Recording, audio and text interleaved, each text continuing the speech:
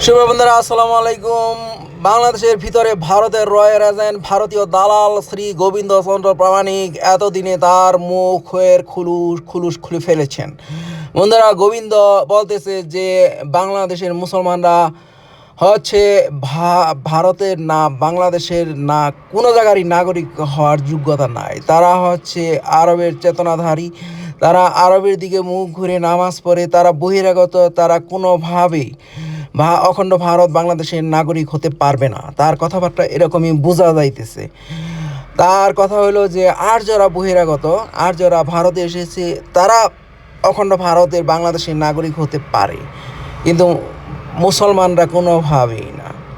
তারপরে এই ভূমিতে নাকি শিবের জন্ম, রামের জন্ম, কৃষ্ণের জন্ম হয়েছে, এই জন্য এই হিন্দুরা, গোবিন্দ প্রামাণিকেরা এই বাংলাদেশের অখণ্ড ভারতের নাগরিক, কিন্তু আমরা না।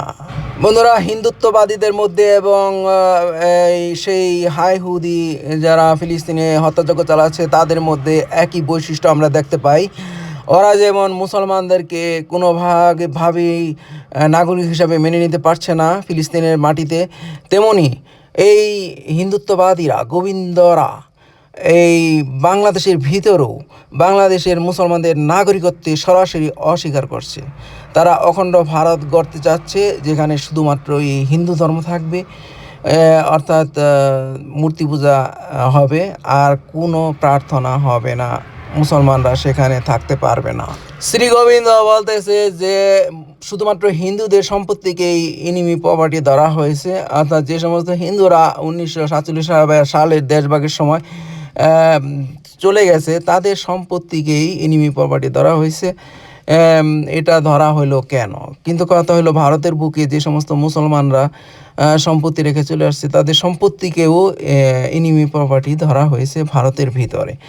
গোবিন্দ সে ব্যাপারে কোনো আফসোস করছে না। আফসোস তার একটাই যে রাজাকার আল-বদর আল-শামসরা কিন্তু বাংলাদেশের পক্ষে কাজ করে নাই, কিন্তু তাদের সম্পত্তি কোনোভাবেই বাজেয়াপ্ত করা হয় নাই 1971 সালের বিজয়ের পর। শুধুমাত্র হিন্দুদের সম্পত্তি বাজেয়াপ্ত করা হইল কেন, এটা নিয়ে তার মাথা ব্যথা। বন্ধুরা, আমরা তার কথাগুলি সামনে সরাসরি শুনি, তাহলে বেশ ভালো করে বুঝতে পারবো। আমরা তো ভারতীয় না, মুসলিম ধর্মটা তো আরব থেকে আসছে, এটা তো এই ভারতের উদ্ভব না। তাহলে যে কারণে আমরা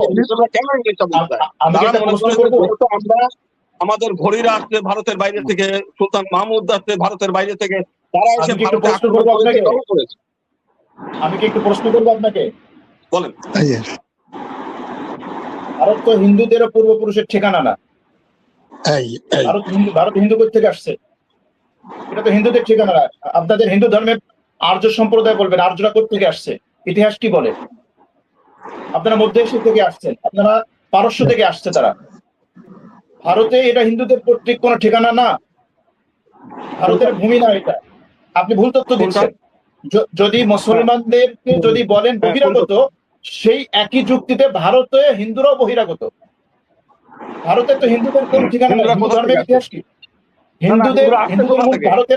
ভারতে কারা বসবাস করতো বলেন? হিন্দুদের আগে কারা বসবাস করতো? ভারতের আদি ইতিহাস কি? ভারতে হিন্দুরা বসবাস করতো।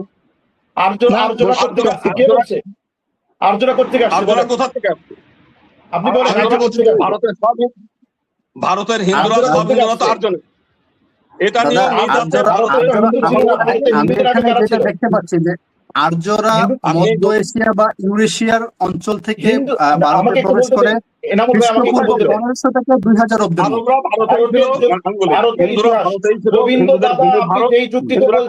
ভারতে মুসলমানরা বহিরাগত, সেই একই যুক্তিতে ভারতে হিন্দুরাও বহিরাগত। না, ভারতে ছিল কারা? ভারত কি মানে ফাঁকা ভূমি ছিল? ভারতে হিন্দু ধর্ম ছিল। ভারতের অতীত ইতিহাস কি বলে? আর্যরা ছিল। আর্যরা কোথেকে আসছে? আর্য তত্ত্ব, এটা ইংরেজদের তৈরি করা তত্ত্ব। এই তত্ত্ব আমাদের মহাভারত আমি আগেই বলেছি আপনি কবিতার মতো সাজায় গুজায় আপনি সুন্দর করে আপনার বক্তব্য উপস্থাপন করতে পারেন। আপনি প্রমাণ দেখেন, মুসলমানদের বহিরাগত বলেন, ভারতের হিন্দুরা বহিরাগত। কেননা এটা হিন্দুদের আদিস্থল নয়।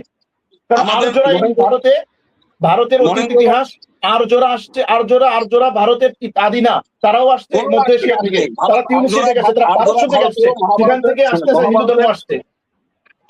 আর্যরাও ভারতীয়, এই দেশে যারা শিব পূজা করে, কালী পূজা করে, রাম পূজা করে, এরা ভারতীয়। ভারতেই তাদের জন্ম, রামের জন্ম ভারতে, ওই শিবের আবির্ভাব ভারতে, কৃষ্ণের জন্মস্থান ভারতে, এরা অন্য দেশ থেকে আসে নাই। অতীত ইতিহাস কি বলে? অতীত ইতিহাস তাহলে যে মুসলমানের জন্ম ভারতে, তাহলে আপনি তাকে বহিরাগত বলবেন কেন? যে মুসলমানের জন্ম ভারতে, যে মুসলমানের জন্ম হয়েছে ভারতে, তাদেরকে আপনি বহিরাগত বলবেন কেন? আমরা মানে মুসলিমরা, আমি বলছি যে মুসলিমদের যারা চেতনা নিয়ে আসছে, সেই চেতনা আসছে আরব থেকে। তারা আজকে যেটা মানে করে, এখনো আপনি দিনে 5 বার প্রার্থনা করছেন আরবের দিক তাকায়। আপনি কিন্তু এই বাংলা ভূমির ইসের উপরে আপনার আস্থা কম, আপনি আরবের দিকেই করতেছেন। আরবের কৃষ্টি এটা তো আমার ধর্মীয়, আমি আরবের দিকে করি না, আপনি মিথ্যা কথা বলতেছেন, আপনি মিথ্যা তথ্য দিচ্ছেন। গোবিন্দ ভাই, আমি আরবের দিকে ইবাদত করি না, আমি আরবের দিকে ইবাদত করি না, আমি তো আমার কিবলার দিকে করি। আপনি আরবের দিকের কথা কেন বলছেন? আমি তো আরবের দিকে কিবলা করি না, আমরা কিবলার দিকে বলি।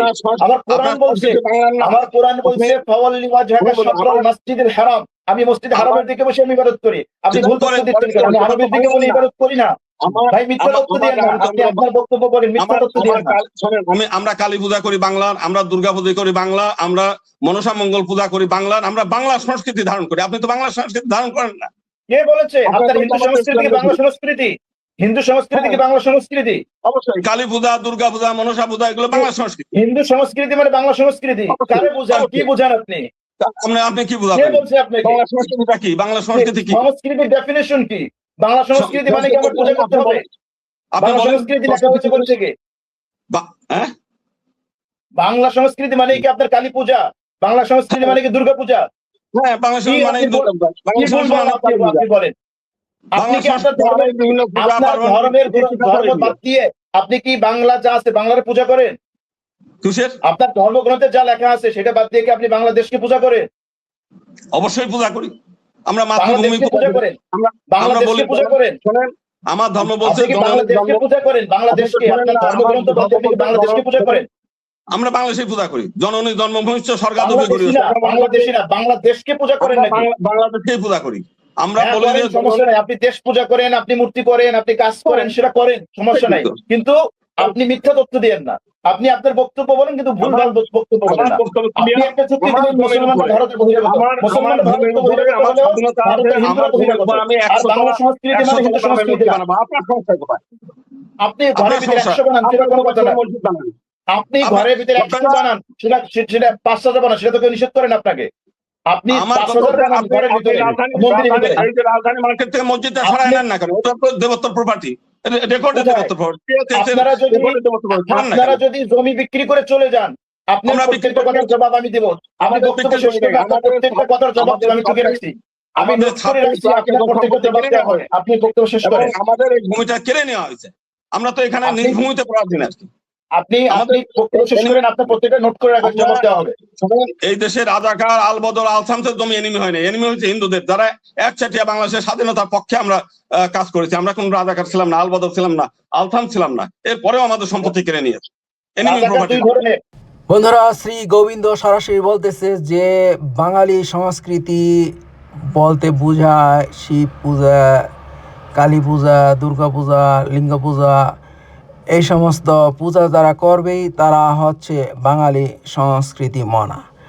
কিন্তু বাংলাদেশি মুসলমানরা তো আর এই সমস্ত পূজা করবে না কখনোই, তাই তারা কখনোই বাঙালি সংস্কৃতিপনা হতে পারবে না বন্ধুরা।